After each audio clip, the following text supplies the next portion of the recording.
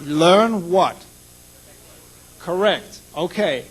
What we're trying to do, I'll give you a further part of that answer, and that is you want to capture a musical performance on a piece of moving rust.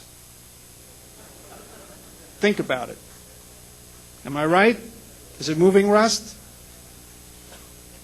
Is that me over there? Look like a... Yeah. Rather strange pallor to my skin. Dude.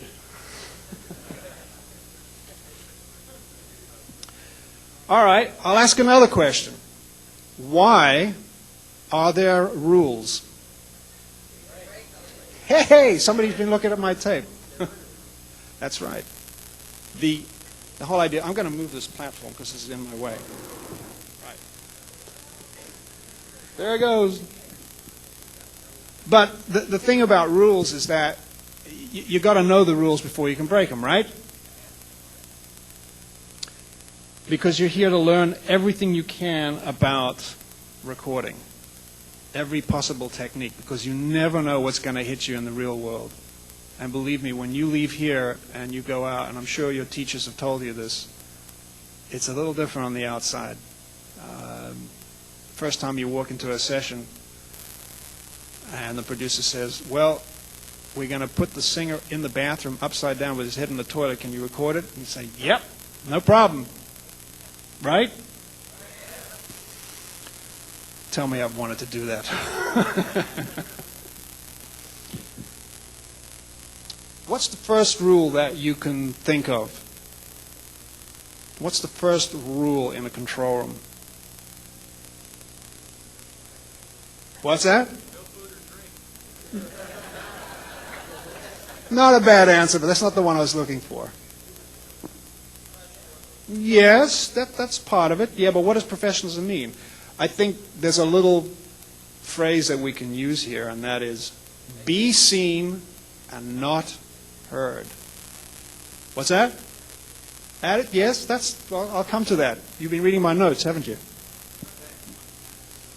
Be seen and not heard, except through the monitors. That's where you get heard. Remember that the client is always right. Except if you're the client and you're the producer, then you're always right. Have you ever heard of a technique called distance makes depth? Anybody? Where?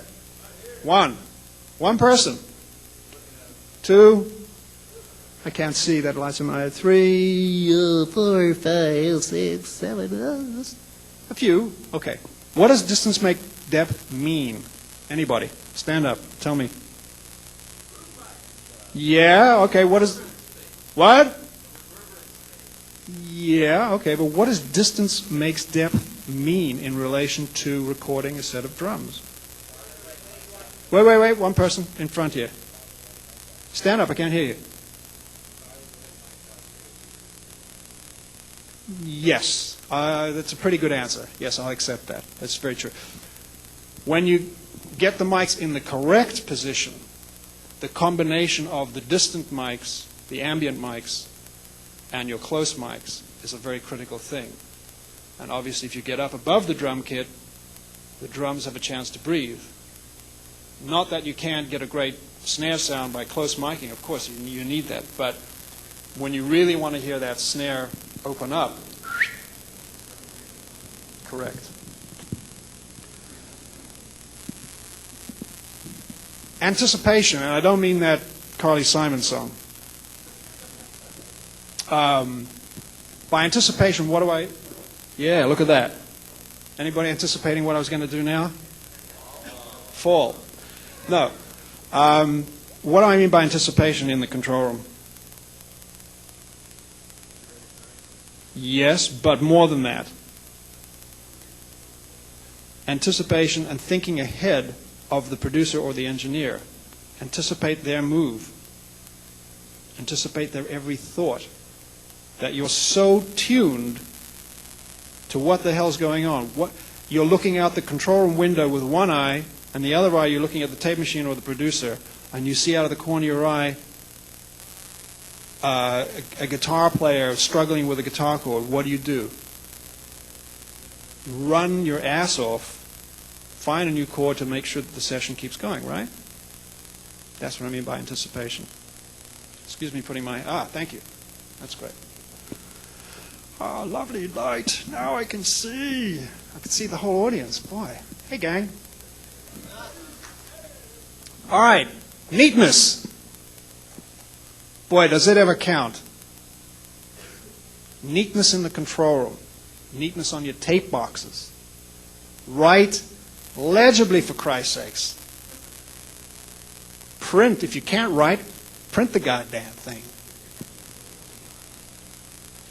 There is nothing so frustrating as saying to the engineer, let me see that tape box, I want to see how many takes we got. And you look at it and it's like, huh?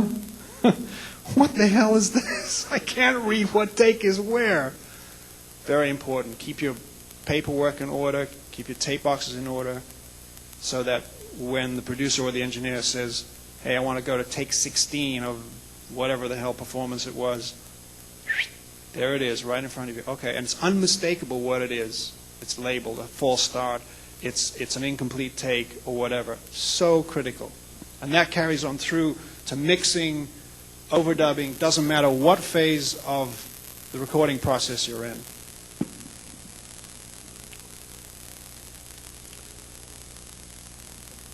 Musical training. Let me ask a question. Who doesn't play an instrument? Okay, but you're still studying audio, right? Audio for TV or audio for audio's sake? For TV? Music? Yeah.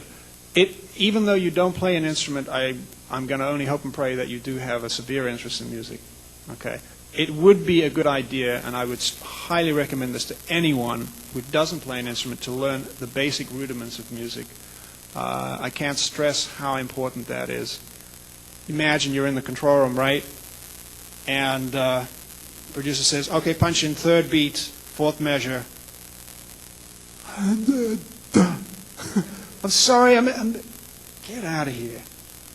So it's important to understand music, where you are in the bar, at least have the rudiments at your fingertips. It's really, really critical.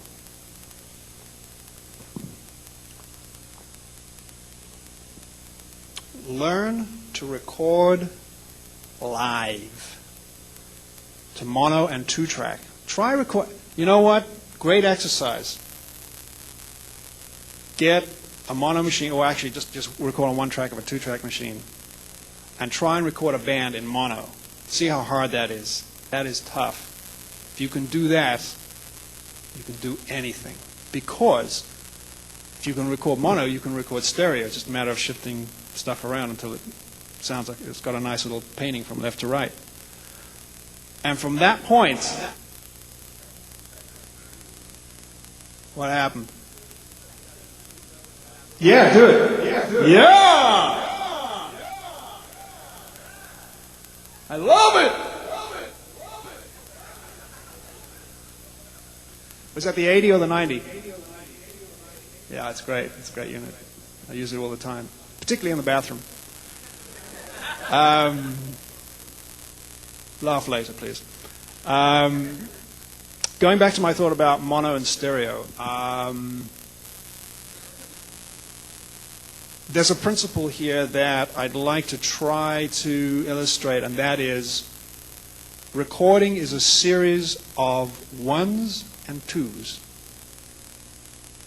Think about it.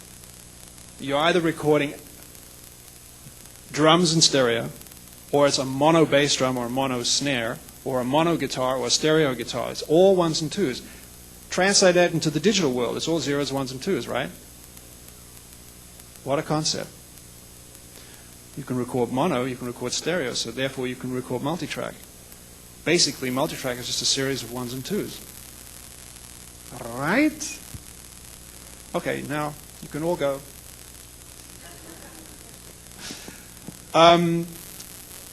If it's not sounding right in the room, what happens?